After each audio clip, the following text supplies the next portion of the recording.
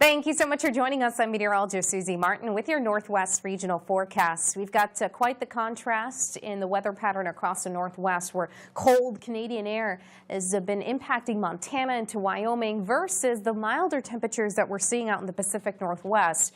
But we're also noting snow threats across Montana and Wyoming today. Winter storm warnings have been in effect. And looking at a few inches of snow to accumulate across Montana and Wyoming, up to maybe a foot for the higher elevations. But for the most part, this is looking to be an impact through the rest of the day today in Montana and Wyoming. For the rest of the region, not so much expecting a whole lot because we have this big ridge of high pressure that's anchored in place in the west. And this is actually going to be blocking off any Pacific storm systems from driving in. So a lot of the action is out towards Montana and Wyoming, where we keep getting these punches of Canadian air masses and little bits of energy that will translate into several opportunities of snow this week, but also colder than average temperatures in our long-range forecast for those areas.